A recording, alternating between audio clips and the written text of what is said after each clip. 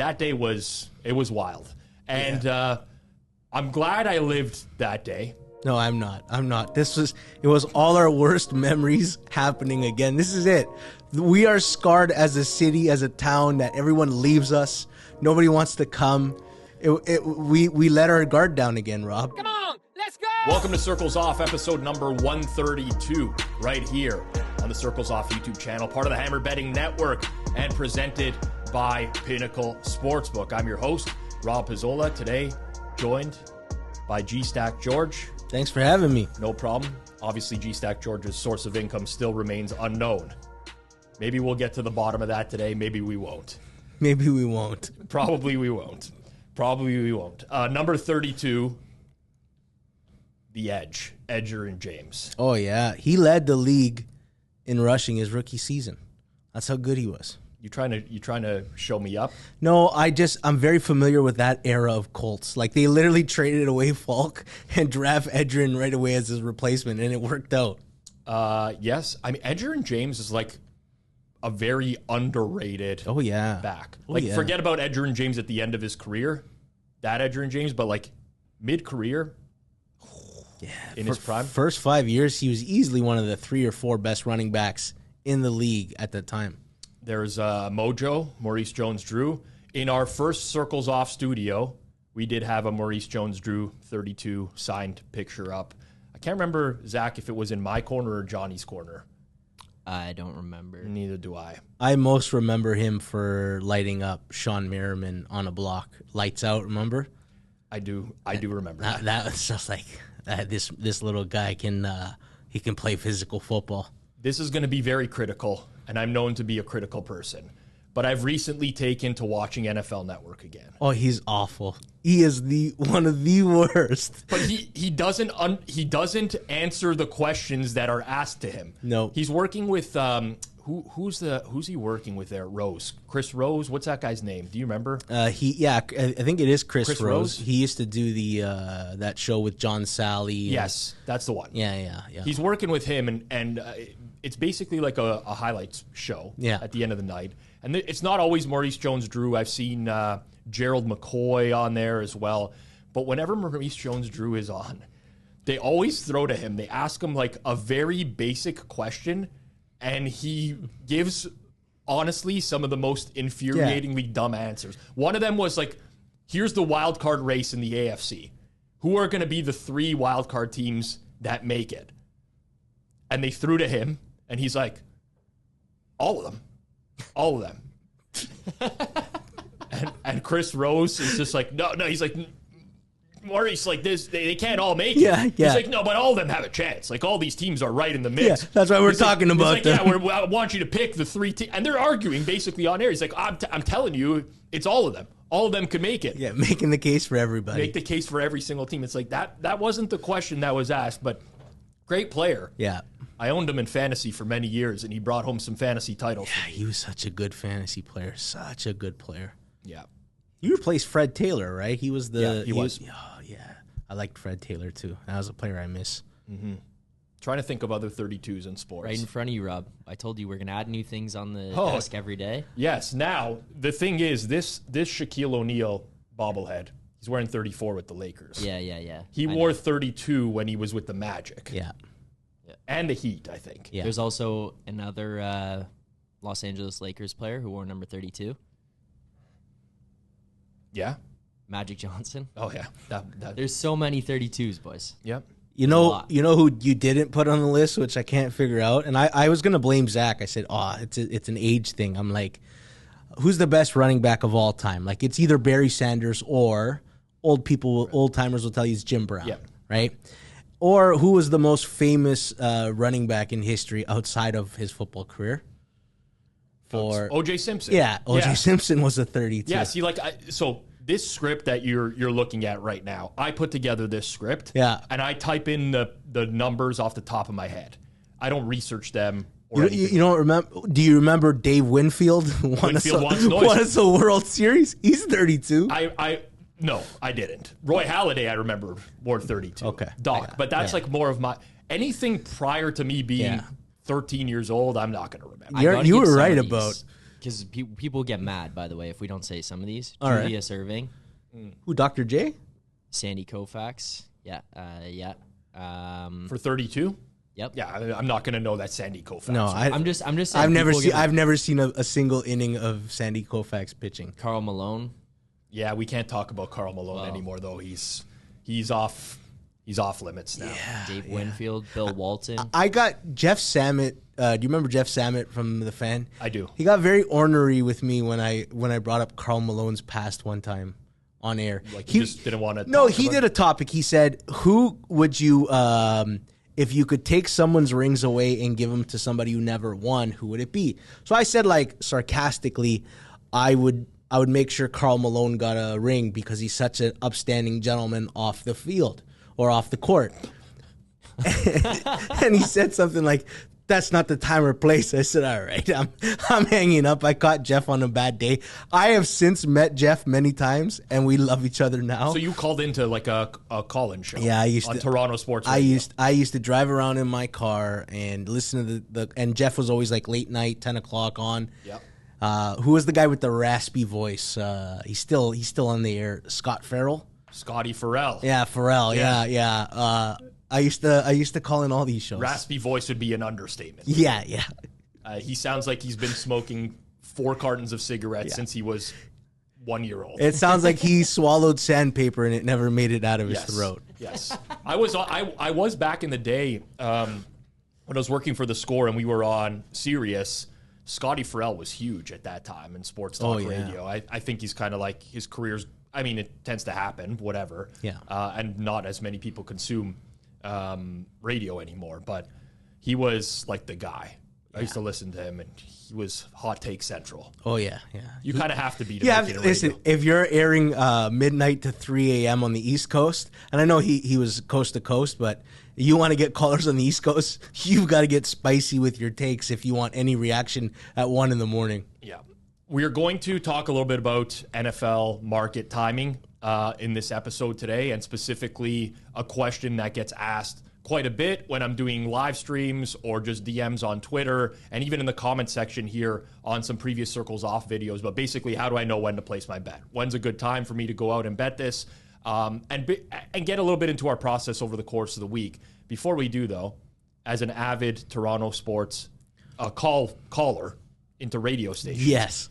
if you could have called in this week to give your opinion on the entire Shohei Ohtani situation, which, by the way, people who don't know, basically Friday of last week might as well have been a national holiday. Yeah. With the amount of, like, there was nobody. As soon as there was rumors that Ohtani might sign in Toronto, and there was a plane that was getting tracked in the air, and just like everything started running rampant at that point, nobody was doing anything. I have 10 different group chats, Rob, and I kid you not, it was the topic of conversation in every single one of them.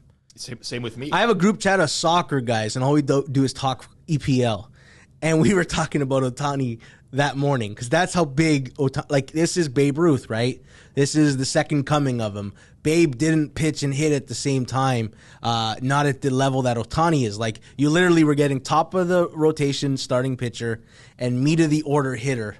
This is the biggest deal imaginable. So it was a hot topic, and I avoided it like hell. Monday through Thursday that week, I was staying away. I didn't believe it. I really thought we were being used because he was going to end up in the Dodgers. I did.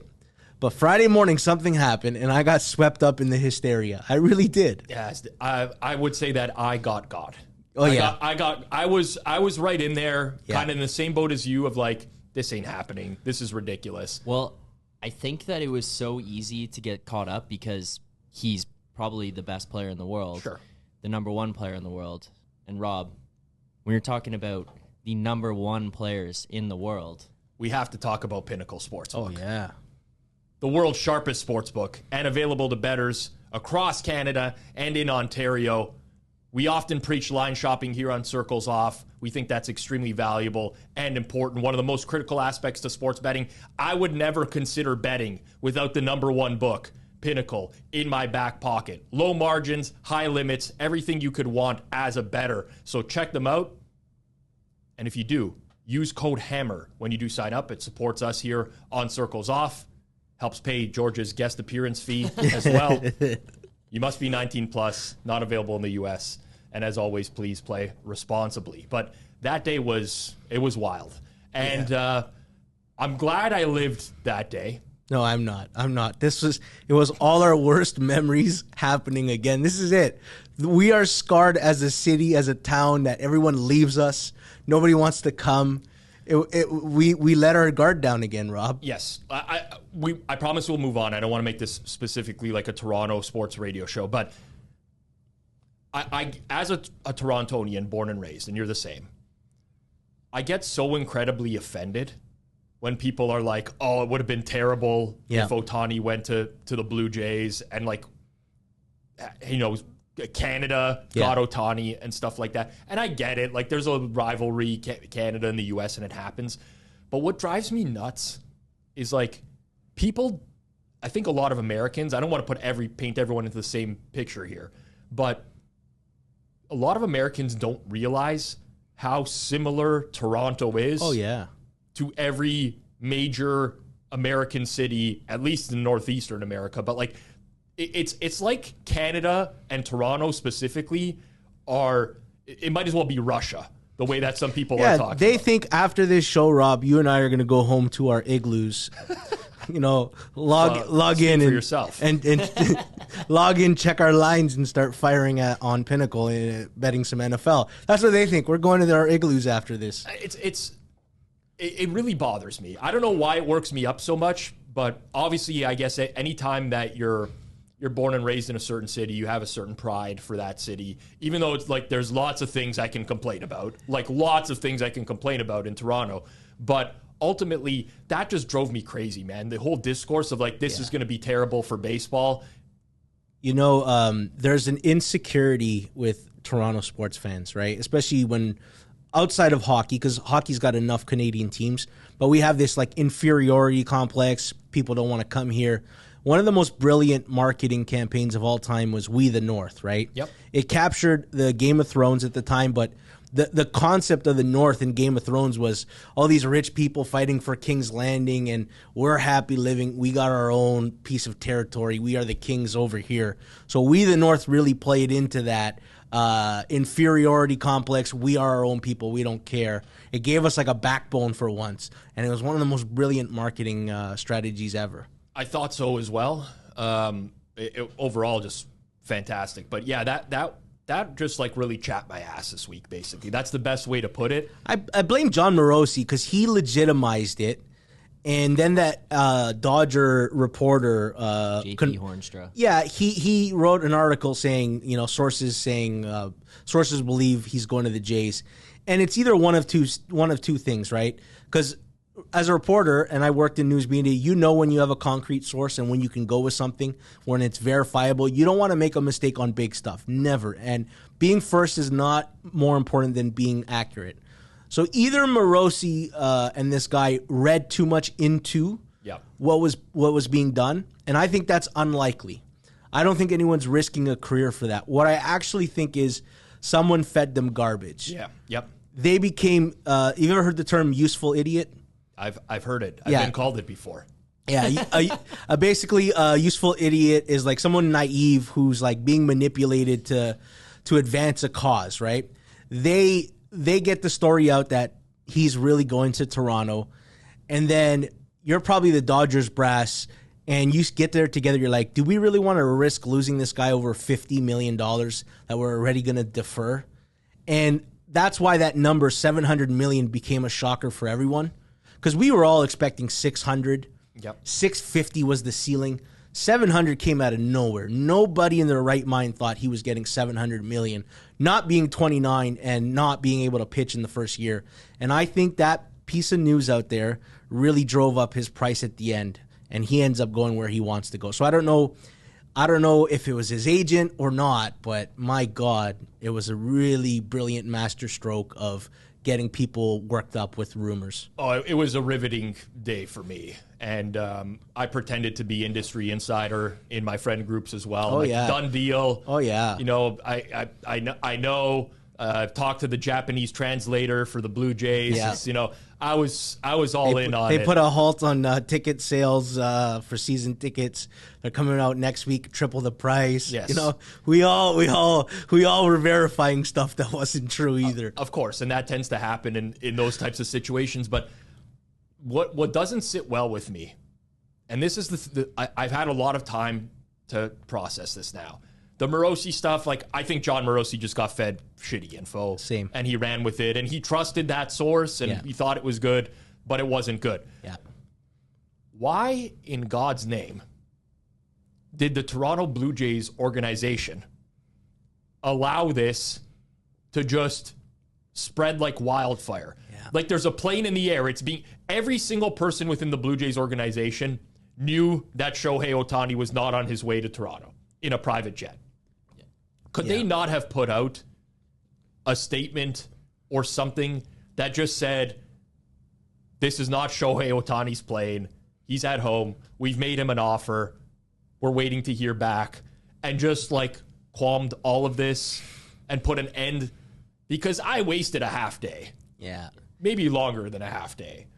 They wouldn't do it directly, and the method they would use is when you're an organization, the government used to use people in news media, and you want to get a statement out there or message, you message your close friends who are reporters and say, you can quote a source within the Jays organization says these are untrue. You want to get your hands around the story before it goes nuts. They failed to do that. They failed to control the narrative in the media.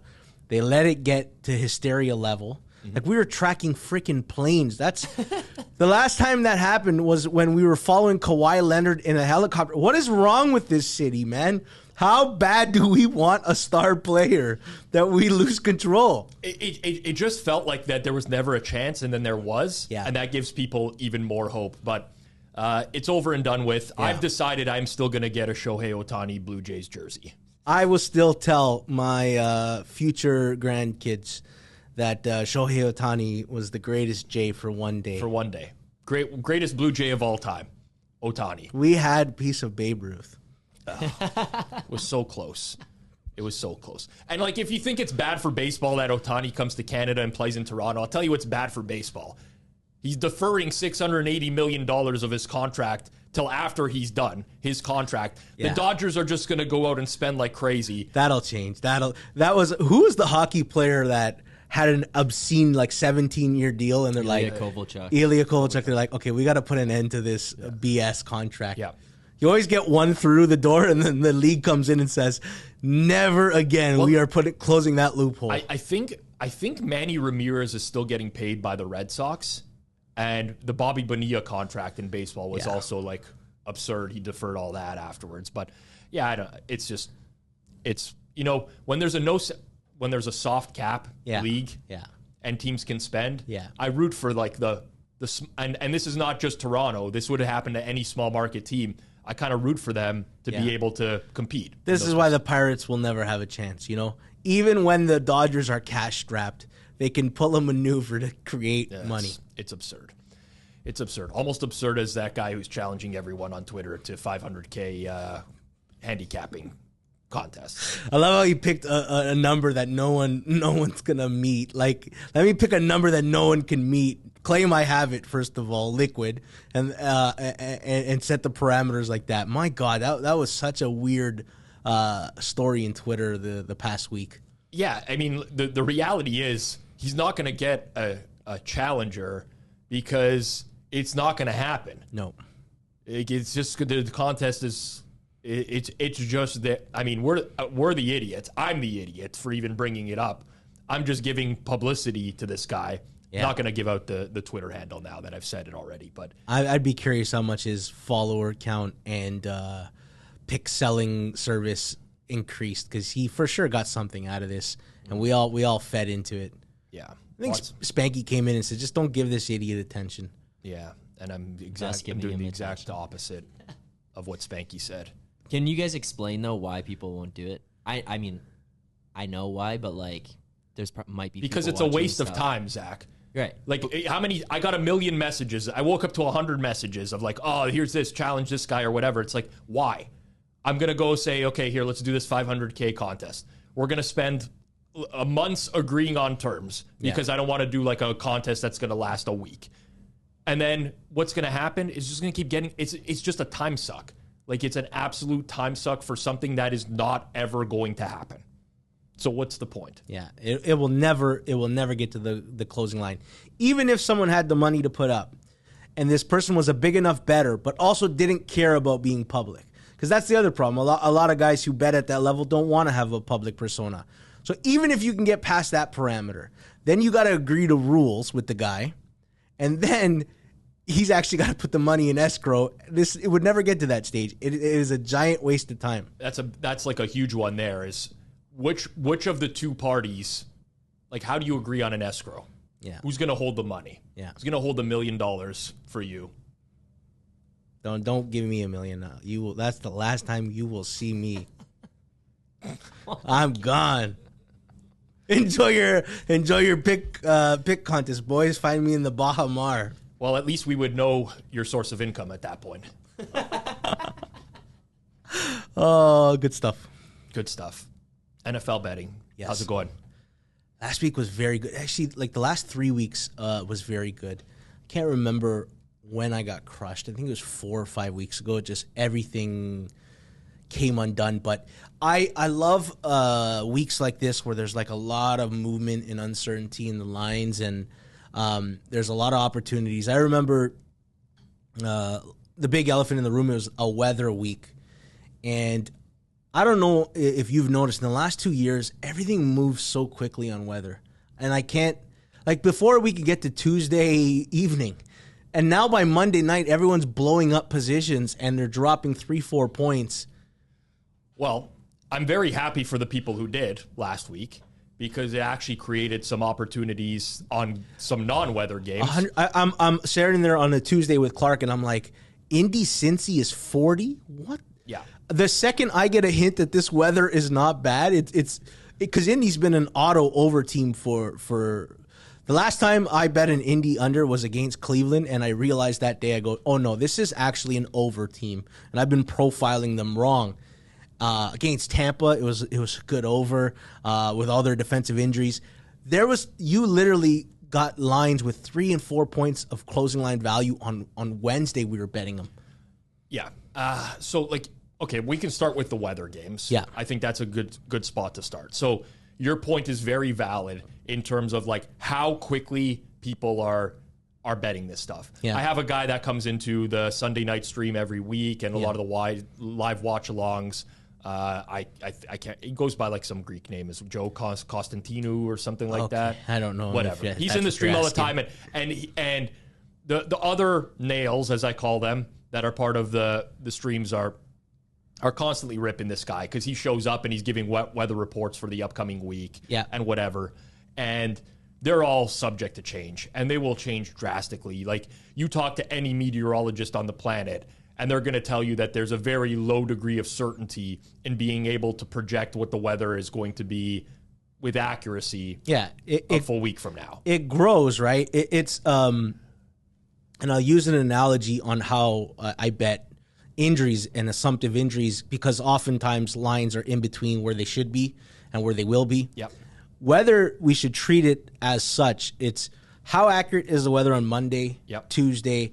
Wednesday is the first time I really consider the weather has a chance to look like what it does on Wednesday. Right. Monday's too early. But okay, what's our main goal for in the NFL?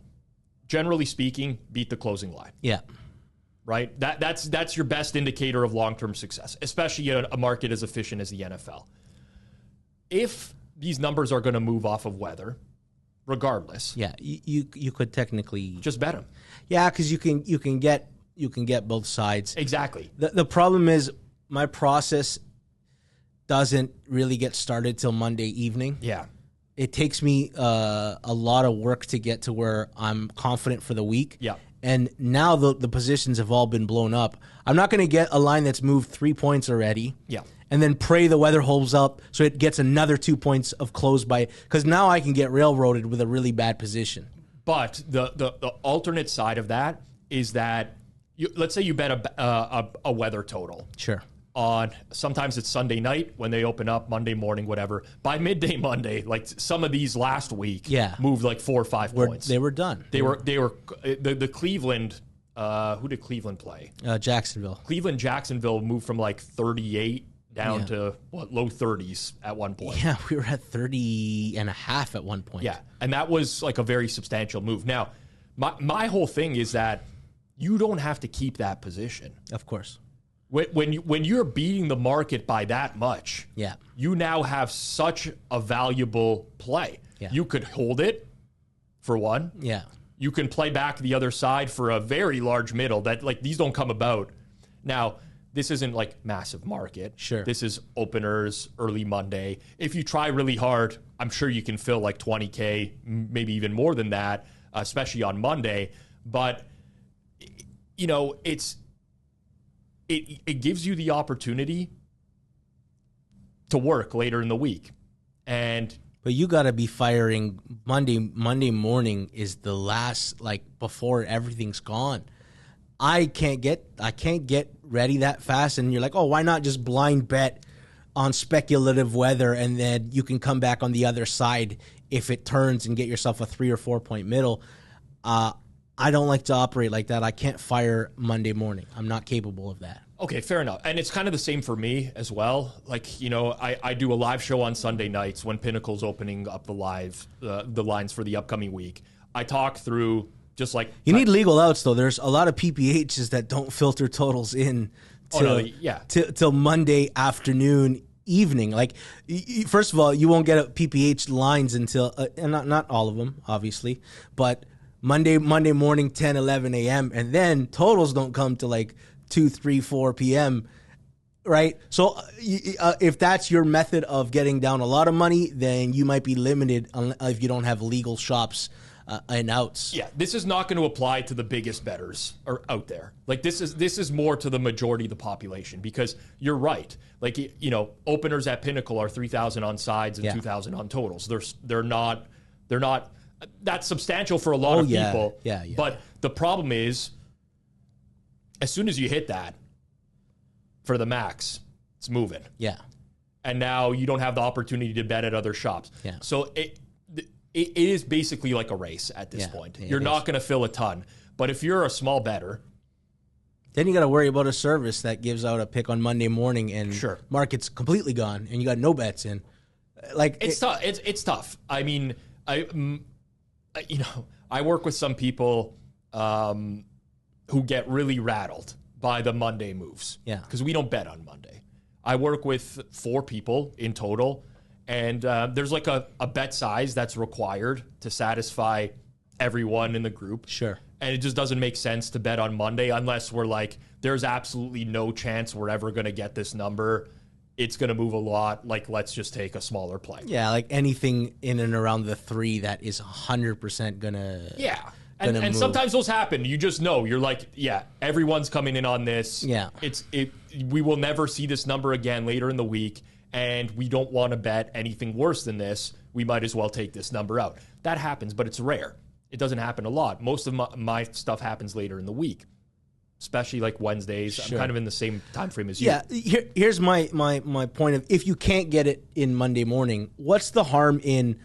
on a Wednesday, you know, you're getting a Chicago-Detroit over 40.5 last week, or a Indy-Cincinnati over 40. And these things are going to close 44, 45. Yeah, maybe you didn't middle it, but you got to be very happy with your position. Dude, those are 2 games that I won last week. Yeah. Those were bet down. Those were anticipated weather games. Yeah. That as the week went on, the forecast became clearer and clearer and clearer. Yeah. And you're like, this is just the wrong number. Yeah. This is bad. This is a number that it's based on an X factor that's not going to exist, right? Exactly.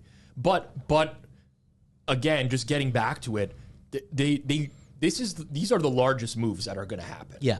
Right? Like information moves will always beat outside of a quarterback injury. Weather and quarterback injuries are your 2 major, like, massive closing line value opportunities in the NFL. Yeah. So if you went out and you bet the under Detroit, Chicago, Sunday night, early Monday morning. You bet the under Indy Cincinnati. Yeah. Same thing. As that weather starts to clear over the course of the week, you know what everyone did? Everyone bet the under early in the week. Yeah. They're holding that under. And now the overs are sitting there. Like it's honestly sat there for like a day and a half, some of these numbers, without getting bumped back into place. We were literally, Clark and I were talking about it Tuesday afternoon, and that Indy Cincy thing didn't fly till Wednesday morning before you guys went on your show. Yeah. And then you even said, you're like, listen, I know it's already moved and it's 43.5. It's still a good number, right? It's still a good number. I mean, it's... I think for people out there that have the luxury of being able to bet early and like fulfill their bet size, if you see stuff like that where you're just looking at the weather report for next week and like all the East Coast games look like they're going to have rain and wind, you might as well just pop the under early. Yeah, it's this happens in a lot of trades too. Like when people when you can get ahead of the movement, you're always in a good, whereas a person comes in on the back end. This happens in football too, and I'll give you a scenario last year and a conversation I had with a buddy. Do you remember the Minnesota-Buffalo game last year? It was the Josh Allen UCL game. I do. It was the Justin Jefferson, like, greatest catch ever. Yeah. But the line opens initially 7.5. Yep. And the speculation comes out about Josh's elbow. So if you get in at 7, 7.5, 6.5, 6, I know it's early, but yeah, that's a bet, right? You make that bet. But then it settles at 3.5 as we now don't know on Wednesday, Thursday, right? We remember they were hiding him in practice. Yep. We didn't find out till Friday that day on the final injury report. There's a buddy who comes out on Wednesday and he says, you got to bet Minnesota plus 3.5. Josh Allen's not going to play. And I said, that might be the case, but it's already at a price right now that is so much closer to him not playing than him playing. And would you rather bet on a 70% probability that he doesn't play at a number at 3.5, or would you just rather wait till you find out he's not playing and just grab, if you can't get the 3.5, maybe you get Minnesota 2.5, and it's a fantastic bet. I'd rather bet with 100% certainty at that point. So you either get in really early before the speculation starts, but when you buy in that middle zone, you can get in a really bad, ugly position, and you're making a bad position based on probability that they play and the line that it's currently at. Yes, so that's a great conversation to have too in terms of like the risk reward when placing your bets, right? I got sent a clip last week from the Favorites podcast. Okay. I'll never stop with Simon Hunter because I think he's a clown. But I don't actually actively seek this stuff out. People send it to me. Yeah, there's people who hate listen to it. I don't listen to anything I don't like. But same with me. I'm not a hate listener. I'm not like someone who scours someone's Twitter feed to see what they're up to and respond to every. That's just like, I already don't have time in my life to do everything that I want to do. Yeah. The last thing I'm going to do is listen to a podcast I don't want to listen to that's going to infuriate me, or scour somebody's Twitter timeline or whatever. I get sent a clip, which is Simon Hunter and Chad Millman, opening number, Raiders minus, Vikings minus 2.5 at Raiders. Yeah. And I'm paraphrasing here. Zach maybe can put the clip in post-production so that we can see it or people can listen to it. Aiden O'Connell is plus 2.5 at home. Love it. Against Dobbs. You know what? I have it written down. This is my guy right here. I 100% agree with that. That's going to be on the board. So I'm going to grab the 2.5 just in case the pros hit it, but that's another line I hope gets the 3.5. That would be such a nice contest play. Just the Raiders at home against a team that can't stop the run like the Vikings. That's a nice spot to back this team. But basically, Simon says, I'm going to go and I'm going to grab this 2.5 early here just in case the pros come in and hit the Raiders, which to me is arguably one of the dumbest things you can do, because when you talk about market timing, and especially when you have a number at 2.5, right? Okay, the pros hit let's say the pros on the Sunday night hit the Raiders, because all the pros are betting on Sunday nights, for the upcoming week. But let's say the pros hit the Raiders. What's the worst case scenario? Yeah, it goes down to 1.5.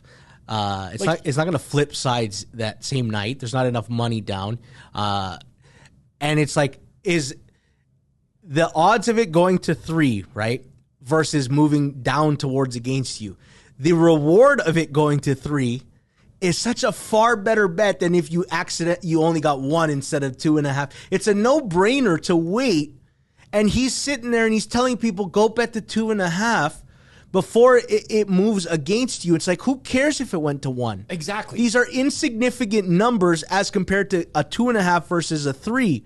On top of it, Rob, there's the Justin Jefferson news where we expect him to play, and any injury news is going to be positive for the Vikings side.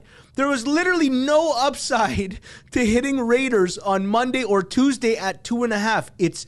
That's egregious. How anybody, if you're doing that, and if you're betting early and you don't understand asymmetric risk of a line moving to 3 and how big of a benefit that is to you versus dropping to 1, then you gotta really take a serious look at what you're doing in your process. Yeah, I mean, there's lots of numbers. I mean, understanding key numbers in the NFL is extremely important when it comes to this. Like, there's other situations where a team might be a 4.5 point favorite, and it's the same boat. It's like, well, you know what?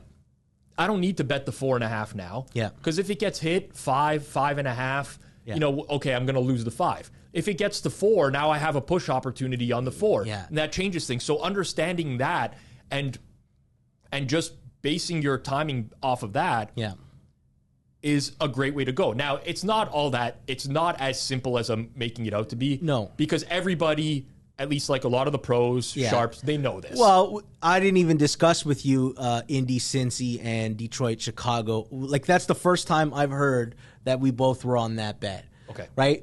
But a lot of people, we use a lot of the similar data and come to similar conclusions. Not all the way. Yeah. So, again, you're not the only one thinking out there. There's other people with this same line of thinking. Well, what I just said about like the 4 and 4.5. Yeah. There's a lot of people out there that are thinking the exact same thing. Yeah. Going to wait for it. And then there's going to be someone out there who's like, I'm not going to wait for this because I have so much competition if it gets to 4 that fuck it, I'm just going to pop the 4.5. Yeah. But either way, like, there's still so much more upside, of course, in potentially waiting for that. And like, to me, that 2.5, I mean, the chef's kiss of that situation was the game landed 3. Yeah, and the people who waited for the 3 got rewarded with a push. It's bad. Like that's the chef's kiss of the entire situation, because there's just no, like, if I see a 2.5 on a Sunday night or a Monday, unless I'm confident that this is gonna, like, and this is never going to happen, but unless you're supremely confident that this thing's going to flip to like the other wrong team favored type of situation, maybe even push out to 3 on the other side. Yeah. Doesn't make sense. I'll tell you a scenario where it happened. I'm talking to Eric Eager before the season starts. Do you remember week 1? The lines obviously have been up for months, and Chicago was favored by 2.5 against Green Bay. I do. They're at home. Yep. And I'm talking to Eager, and I'm like, I haven't bet this yet. I make Green Bay a 1-point favorite. I think a lot of us did. Yeah. A lot of us were bullish on Green Bay. And I said, I'm waiting for the 3. I'm like, do you think it gets there? He goes, absolutely not. He goes, have you heard a single sharp person make a case against Green Bay this offseason or for Chicago? And I said, so why hasn't it moved? And it dawned on me, we're all waiting for the 3 that's never going to arrive. Right. That's when it's like, okay, I get it now. We're never going to get this 3. But making that split shot decision Sunday and Monday morning is insane. It's different. The line had been sitting there for a month and a half. It's clear it's never getting to 3. I'm like, we're waiting for too long for no reason now at this point. Right. I mean, it's challenging to navigate the waters of the NFL because, you have to apply logic. You have to know that other people are applying logic as well. It's a competitive market. Yeah. It's not just like, oh, I'm going to wait for Trevor Lawrence to be ruled out and then bet it. It's like, guess what? You got to be available at all times of the day because that number is going to come off the board real quick and it's going to reopen at a new price. Yeah. So it's not as easy as that in a lot of instances, but you really have to weigh the upside versus the downside in a lot of these bets. I'm not saying you have to do this in everything. There's going to be times Patrick Mahomes is out. You just run and bet it. There's no brainer fires, right? There's no brainer fires. Another thing I've found, so I formulate a game plan for the week, right? Once I've digested everything I need to, and I can confidently say these are my numbers for the week. Now I create, what points I'm looking to buy? Where do I think the market's going to go? What buy points do I want to jump in on? My favorite games now to bet are games where you have to price 3 different things. So, again, we're going to refer to this, the Cleveland-Jacksonville game. It becomes, all right, what's the price with a healthy Trevor Lawrence? Yep. What's the price with no Trevor Lawrence? And what's the price with a banged-up Trevor Lawrence? So you evaluate the injury. What is the injury? It's high ankle. Okay, what does that eliminate from his game? Then the next step is, okay, does he have the roster to overcome this? Oh, wow, he's missing 2 offensive tackles. Oh, wow, he's missing Christian Kirk, who's one of his best separators at receiver. And Jamal Agnew's on IR, too. They got no receivers. So all of a sudden, it becomes, wait a minute. His mobility is going to be an issue. He's lacking weapons, and his O-line's hurt. So I'm like, his reduced price now has to be significant, right? Yep. And Joe Burrow forced us to all think like this, right? There's the Joe Burrow's healthy price, Joe Burrow's reduced price, and Joe Burrow's not playing price. And it's so funny. You were the first person to bring it up, and it was odd that we all had the same mentality, right? Because Cleveland had gone to 3 and we missed the 1.5. I missed it. I readily admit it. And I didn't jump in and pile in on Cleveland -3 because I go, now there's still not 100% certainty that Lawrence isn't going to play. Obviously, if he was out, the price would go above 3. Right. But at this point, the line's gone too far. You can't jump in at the end before we have confirmation. And you said, God, I hope Trevor Lawrence plays so I can bet Cleveland once the number moves down again. Yeah, and I knew it would. Like, yes. The announcement came on Saturday, and someone's messaging me at night because Schefter reported it, that he's going to try to play. It's a game time decision, whatever, but they're going to try to play him. And someone messages me on Twitter, and they're like, dude, like no one wants to bet Jacksonville. Like I'm like, don't worry. Yeah, we're gonna bet. Someone is going to bet Jacksonville. Yeah. Trevor Lawrence is going to start. Yeah. They will take money. Yeah. Someone will bet them because there are people and groups specifically out there that honestly just purely bet injury news that I know of. Someone will bet them. 100%. At that point, it became obviously if Trevor Lawrence, if we knew he was healthy, we would grab +3 and love our CLV, of course, when he's cleared. But we knew we were getting a reduced version of him, and we deciphered the correct bet at that point was, let's bet Cleveland after Lawrence is confirmed, and then he's diminished. Yes. And it's funny, the game came down to a 2-point conversion, right? It would have been a 2-point win or a 4-point win for Cleveland. But we got 1 and 1.5, a lot of us. The prime number when it dropped down. And I'm like, that's a job well done, because you know what? There's a lot of people who had to sweat that 2-point conversion, and we didn't. I did not have to sweat it. It's a great feeling to be in that situation. That's the game where you're like, you know what?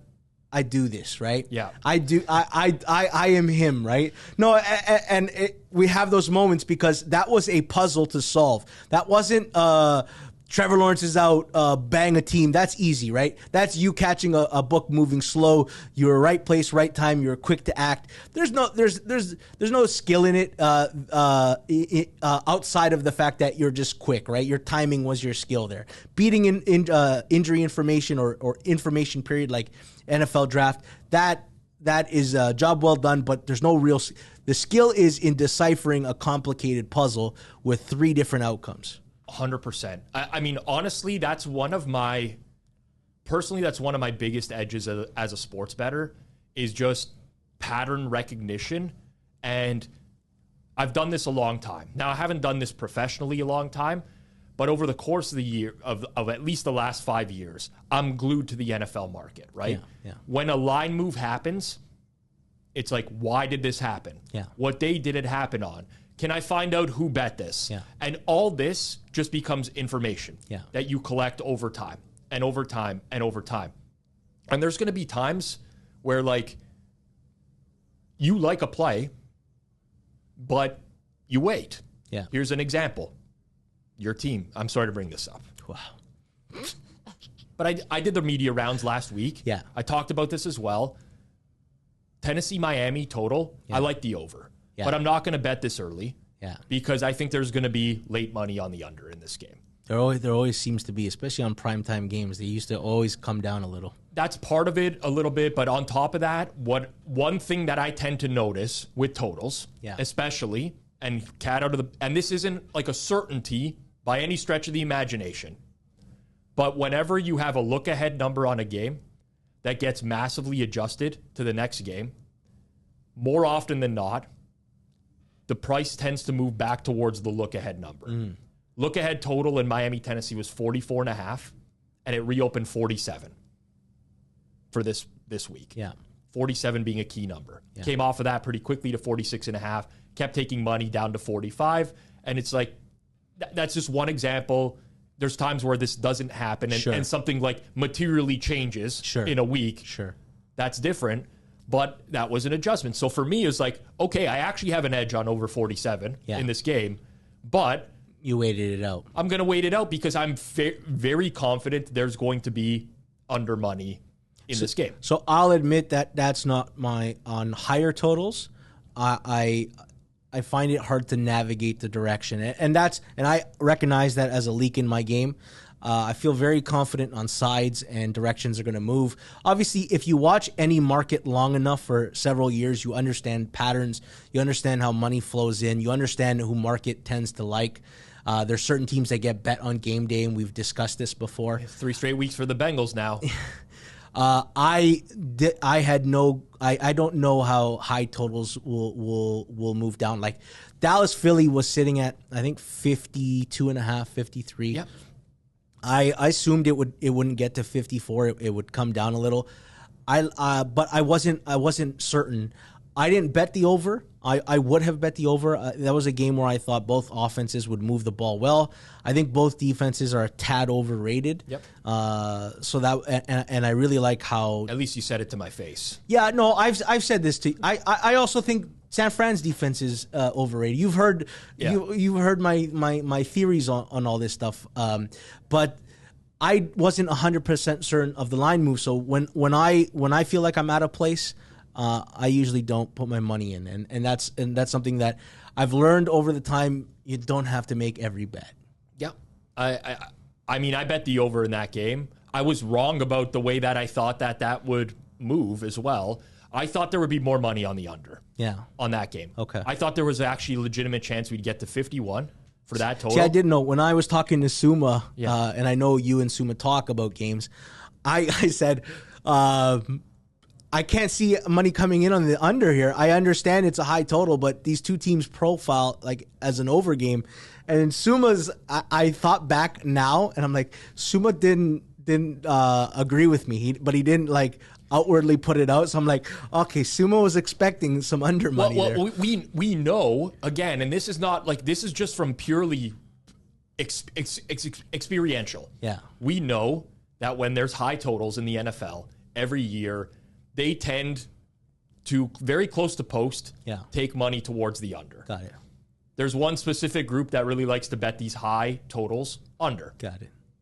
They think that they have an edge there. They're putting down a lot of money. So for me, it's like whenever I see these super high totals, it's not a rush to go out and bet them. I might as well just wait. But that money never came in. That was one of the rare instances where I ended up betting a total like 15 minutes before the game started. Yeah. Because I'm like, all right, this is the price. I have an edge, and I'm just going to bet it. Got it. And I never saw that money. But, so there's certainly instances where you're wrong. But ultimately, for me, like, you're dealing with such fine margins in the NFL. Yeah. You want to maximize your chances to win. Sure. And paying it, and it's not just the NFL. Honestly, everything we just talked about applies to other sports. You can find some comparison in other sports. I think back to last year, NBA, which it was much more rampant because there wasn't the in-play tournament. Sure. But older players resting on the second half of a back-to-back. Yeah. Why are you going to go out and bet that team early in the morning? There was a time that Underdog NBA was the most valuable account on Twitter. And now, obviously, everyone's plugged in and it moves simultaneously. But especially that load management, COVID era, like that too. And I don't like betting basketball, but man, I was making money just beating pure injury shit. Of course. But like, I would go on Twitter, and I won't Like I'm not going to name names or anything like that. Don't give out any edges that you might still have. No, it's not. It's not even an edge. It was just last year, people constantly complaining like, "Oh, this guy's resting. Like there goes my bet." It's like, well, you click the button. Yeah. Now there's some things outside of your control. Yeah. Sometimes you click a button. There's no one on the NFL Friday injury report. Yeah, All the late ad is always like the Saturday Schefter tweet. This guy's been added to the injury report with the flu or whatever, and it's like, well, you know what? What am I going to do? Well, look at Seattle, right? There's people who bet plus 12. I think it started at like 13, got down to 12.5, 12, and then it got all the way down to 10.5. So people were betting, and then we find out Gino pulls his groin Thursday night, and all of a sudden the line closes 14, and you're like, oh, I made a bad bet. Of course, and that type of stuff's going to happen. But like the stuff with what was going on in the NBA last year, where you had veterans very frequently resting on the second half of back-to-backs, almost to the point where it became predictable. I'm sorry, but it's on you if you place the bet on the team where the veteran is more likely to rest. Yeah. Like you control that. You control the bet timing. It's no different than in the NHL where you have back-to-back situations. And sometimes it's going to be the backup goalie that plays the second of the back-to-back. There's patterns that you can look at, how these teams play. Like you're in control of when you place the bet. So you can't just always complain about when things work against you. A lot of this is recognizable and predictable. You got to learn to teams' tendencies. Like Pete Carroll's one of the most honest at the podium. When he says something, he doesn't, for whatever reason, he doesn't believe in gamesmanship. Cleve and I were talking Monday morning before the Dolphins-Titans game, and he asked me what's going on with Teron Armstead and Javon Holland, and I said, we have been the most cautious team at benching questionable guys. You say we as the Miami Dolphins. Yes, you consider yourself part of the organization. Of course I am. Okay. Also, you notice the helmet in front of George today? Wow. Did you rearrange that? No, I didn't. I swear to God. I was going to say that was freaking devious. I said we are prioritizing health for playoffs. Like Mike McDaniel's come out and said that before. Yep. I'm not going to risk a guy's long-term health for a short-term game. We are one of the most cautious teams when you get like questionables. Dolphins have a higher probability of benching that player, whereas questionable has become a really you're playing type tag. Yeah. Right? And we're a team that that's not the case. We actually lean more towards sitting it. You have to learn the tendencies of certain teams. Yeah. Hopefully that was a lot. I mean, there's a lot to unpack there, but hopefully there's some learnings there, especially if this is kind of a foreign subject to you. But it's a crazy market. All sports are crazy markets. You have to learn to navigate them. And honestly, all of this stuff matters in some capacity or another. You might dismiss it and be like, who cares when I place my bet or whatever. But your goal, generally speaking, across sports, beat the closing line. There's many different ways that you could possibly do that. But even a half point here or there, like there honestly, there is no, this is going to sound like really weird, messed up. There's no greater feeling for me. When I win and the late money loses, I love it. Okay, not that exactly. When I get the line that went, so I actually, this is devious. Okay. I wanted Jacksonville to complete that 2-point conversion. So did I. I was there, and I was like, I need, and also I wanted it because of Fez in the Circa Millions, and I want Fez to win just to cause a shitstorm. Yeah. I love when I win and others don't because they didn't get the optimal line. Like, is that bad? That gives me a thrill. I wasn't going to go quite that far. Okay. You took it to an extreme, wishing ill on other people. Well, Zach, you know what this means, right? Rob's going to admit to this 6 months from now. Yes, he's going to get caught accidentally. He's going to get caught. I will say I do enjoy that. Like, I enjoy when I win a bet and I could have lost it if I had not bet it at the right time or pushed. But what really gets me going from 6 to midnight, George, is when I have the absolute best price in market. Like over the course of the week, you make a bet and you're like, I could not have done any better with my market entry. Yeah. That's the kind of stuff that really gets the juices flowing. Oh, yeah. It could lose by 100. Oh, yeah. They could lose 70-0. I got the best price. I will hang my head on that because I honestly believe that that's just like job is done. I've done what I can now. I picked the position I wanted. I got the best possible price. There's nothing more I can do. At the end of the day, okay, could have been a bad handicap or whatever. Yeah. But that's job well done for me. I also get gratification when I get an injury move before national media picks it up. Yep. Because I follow enough people, and you can check on my Twitter and go through. You know how people have lists. If you go on right now, I have a list for all the AFC East beat writers. There's 30 people there, and AFC North and AFC. I have football doctors list, right? I have a lot of lists on Twitter, and I have a lot of screens open during the day. I remember there was a story last year. It was Raiders 49ers 2 weeks ago, and this wasn't even news. It was a beat reporter who was doing some outside-the-box speculation on Twitter, and he said, Derek Carr's contract's fully guaranteed if he gets hurt. They may consider benching him now that they're out of the playoffs. 2 weeks to go, and I sat there and I said, wait a minute. He inherited Derek Carr. This is a guy, McDaniel, who has been known to want to get his guy in there. Yep. They could improve their draft position if they're gone. And they risk him getting hurt, and they got to pay him the money. So I bet on that beat writer. I'm like, you know what? You bring up an interesting point. Got San Fran, I want to say minus 6.5 or whatever the line was. I think it ended up closing 10 once Jared Stidham became the guy. And Stidham had an amazing game. And it lost. It lost. It lost. They won by 3, but I felt gratified because anyone can beat, anyone can get a Schefter tweet or a prominent beat writer and beat a line move. Yeah. When you find a tidbit that nobody else may have interpreted the same way, I love that stuff. Yes, it's like the Zach Galifianakis gif or the meme that goes around where you're just seeing like all the shapes and you read one tweet and all the logic's starting to come together for you and formulating in your head. I like that, George. Yeah, me too. That gets me very excited. I know this went off the rails with us talking about what gets us turned on here, but yeah, it did. Hopefully this was helpful for people out there. Plus EV, minus EV. Did you come prepared this week? Yeah, I've got. I want to start with a negative EV. Okay. Researching with an agenda. Right. People research for 2 purposes: justification or discovery. Mm-hmm. When you research for justification, you don't actually seek to learn the right answer. You seek to learn why your answer is right. You've not learned nothing. You're whether it's film watching, you're digging for selective stats and data, you're looking to bolster an opinion that you already have. More times than not, you're going to end up validating a bad opinion.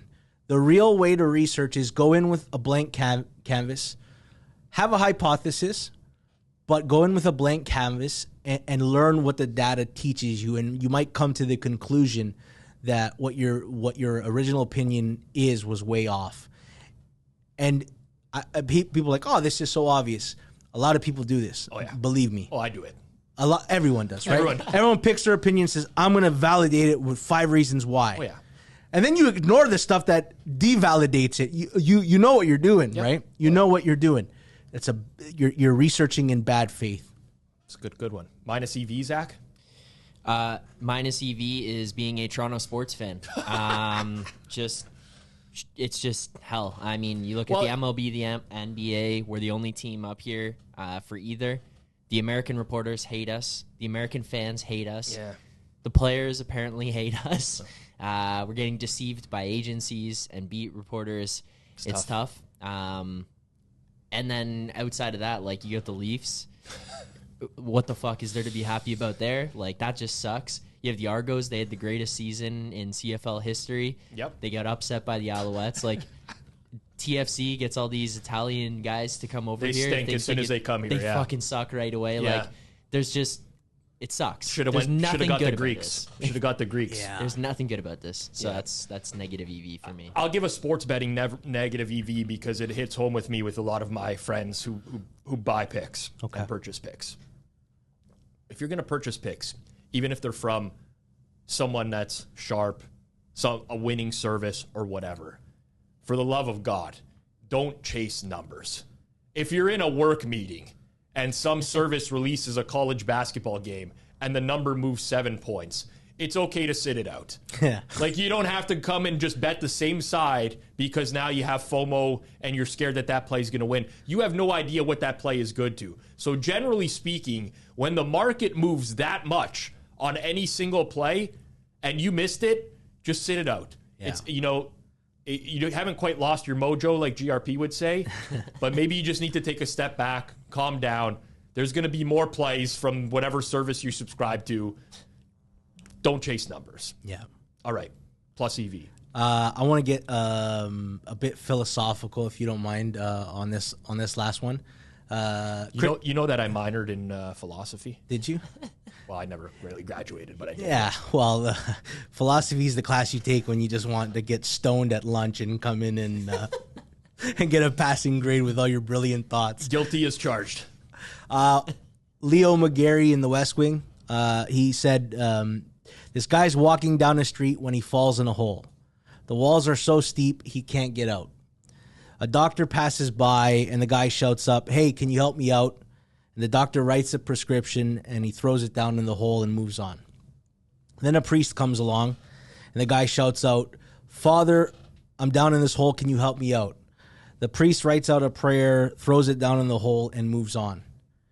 Then a friend walks by. "Hey, Joe, it's me. Can you help me out?" And the friend jumps down into the hole with him. The guy says, "Are you stupid? Now we're both down here." And the friend says, "Yeah, but I've been down here before and I know the way out." It's the holidays. A lot of people get lonely at this time. And if you have friends and you're feeling alone, reach out to them. Don't let that feeling of loneliness consume you this holiday season. A lot of people are stressed and depressed. Reach out to people. And if you don't have anyone to reach out to me on Twitter, and I'll be happy to share some words with you. I want people to remember this because these times are not easy for everybody. And we joke and everything like that. But I think it's an important message right now because I know there's people out there that are listening to content that probably are feeling lonely this Christmas season, this holiday season, and you shouldn't have to feel that way.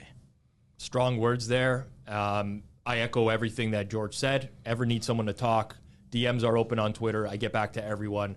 Reach out to us. I've been there before. It sucks. It's good to have people that you can reach out to and that can understand what you're going through.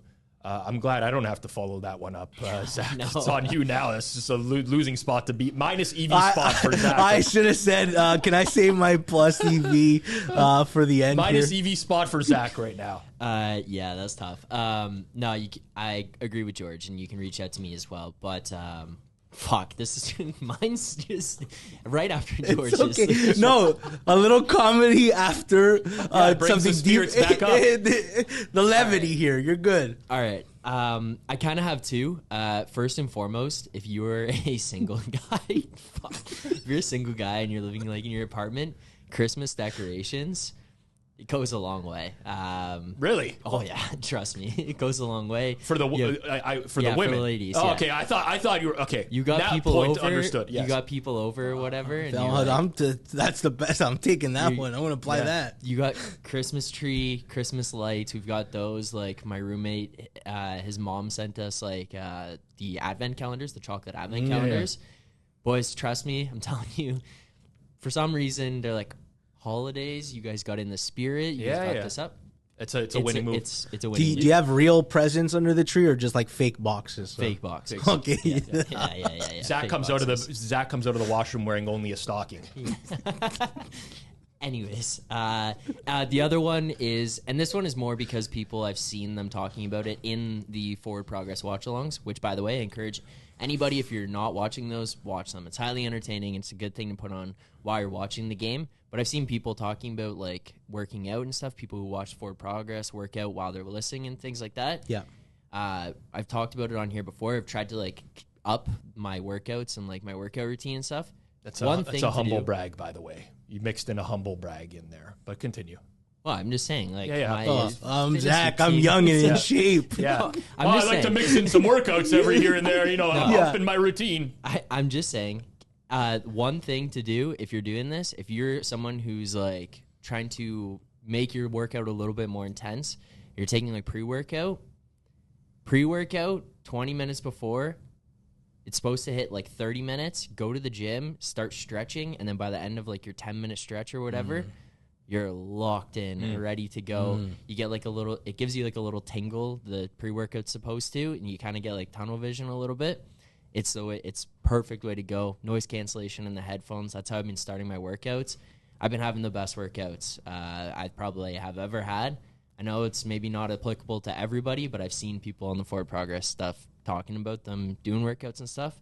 It's a good way to kind of elevate it. So yeah, that's one that I was. All right, certainly not applicable to me and George, but tunnel vision is that when you take too much pre-workout and you're maybe? Yes. I mean, yes. It pretty much is. Okay, I'll end with a plus EV here. Listening to podcasts on quicker speed. The people, if you have not discovered yet that you can listen to a podcast quicker than 1 speed, you can't go nuts here. Like, there's going to be a point where you reach where you're like, what's the ideal speed? For me, it depends on the pod. Okay. So some pods I like to do a 1.25 or 1.3 times. Okay. If I'm listening to Be Better Betters, for example, I could do 2 times because the host speaks so goddamn slowly that it just sounds like a normal speech afterwards. That's great. So it depends on the pod, but it opens up so much time for you. And in fact, I've now started watching Netflix shows on like 1.25 No, speed. you don't. I do. That's crazy. It's not. No, that's crazy. That is I crazy. agree with you, George. That's crazy. I'll tell you where it goes off the rails is if there's like a montage in the show. Okay. Oh, God. Because there's like music, it's playing fast. But aside from that, it works. Time is valuable. And there are things now you do not need to watch. What if they're a fast talker like Ben Shapiro, like here we go. He's already speaking then you know at 1.5 George, I'll put it back to 1 speed. Okay. But start with what's tolerable and you'll figure it out. Time savings, very important. Plus EV move of the week. The Netflix one, George, I'm with you. That's insane. There's no way. I'm not doing like stand-up comedies on that type of speed or anything like that, but there's lots of like, do you need to watch Home Alone at regular speed? You don't. How much time are you trying to save in life, bro? I know. You can't. Lots of time. I'm all about time savings. I'm with you on the podcast, 100%. Yeah, I'm with you on the podcast. Can I ask you guys one question before we get out of here? Sure. Yeah. We're in the Christmas theme here, boys. Give me your number one Christmas song. I need to know, like, what's your number one Christmas song? Well, I mean, what I'm going to say here is actually like really way out there. What is it? It's not, I guess it's not even a song, but there's, okay. I don't like Christmas music. Okay? I don't like Christmas music. Ooh, why not? I'm not a big fan. There's a metal band out there called August Burns Red that does instrumentals. That's the guy who donates to all our watch-alongs, August Burns Red, right? August Young does. Very close. There's a metal band called August Burns Red that does instrumental covers of Christmas songs. They've put out like 3 albums of Christmas covers. And in December, I often find myself listening to that, which is much more tolerable to me because you don't have like the cheesy vocals. The vocals are just instrumentals. Sure. It's a little bit more up-tempo. You got your double bass or whatever. But I mean, my favorite Christmas song, I guess, would be like, it would be like the Trans-Siberian Orchestra. Yeah. What's that? Sarajevo, right? Oh, yeah. Like that's a banger. I like listening to Frank Sinatra singing Christmas songs. It's different. It doesn't feel corny and cheesy. Yeah. It feels, you feel like a gentleman, You feeling like a gentleman. If it's 10 in the morning and you're drinking a whiskey and you're ashamed of yourself, you put Frank Sinatra on and it's whiskey o'clock, baby. All right, fair enough. You're also going with Trans-Siberian Orchestra? No, that one's real. That one's like one of the best ones as well. But like one of the ones for me, I think the one that I have to put as number one is the cheesiest. It's the chalk. It's All I Want for Christmas, Mariah Carey. Yeah. It's just like the easy one. Like, there's no December, way. Sorry, Zach. November 1st. You've lost microphone privileges for the remainder of December. That is but awful. it's because of like it's December 1. That's the one that is just it flips on. And Hold on. I just want to get to the bottom of this. When you bring these ladies home and you got this fake Christmas tree and fake presents, you have Mariah in the background, don't you? Dimly lit. Yeah, he does. Yeah, he does. Sings along too. That's his move. We're learning Zach's pro move here. Hey. But like, I think it's Bing Crosby, White Christmas. Yeah, that's another classic Home Alone song right there. Like, yeah, that's solid. Yeah. I no issues with that. Listen, it's subjective. You're entitled to your opinion. We're allowed to roast your opinion based off of our beliefs as well. This is how the world works. But let it be known, Zach, big Mariah Carey fan, huge. I don't Mariah think Carey there's. fan. I don't think there's anything wrong with that. No, I don't think there's anything wrong with Mariah Carey either. Zach's one step away from Taylor Swift and joining Seville. Yeah, there you are. Him and Diggs will be joining myself and Kirk Evans at Taylor Swift in Toronto at some point or another. I'll check it out. I'll check it. I'll see a show. It's supposed to be a good show. I'll go see a good show. I like seeing live music. Whatever. That's going to be it. Circles Off episode number 132. If you haven't smashed that like button down below, as Johnny would say, obliterate that like button. Our views to likes ratio is not good enough. Smash that like button down below. And of course, if you're not subbed here on Circles Off, make sure you do so. Check out Pinnacle if you're in Canada. Use code HAMMER when signing up. This has been another edition of Circles Off. Thank you, G-Stack. Thank you. We still didn't find out your source of income. Unfortunately, we might be able to get to the bottom of that at that point. Until next week, everyone, enjoy your week. We'll see you next week.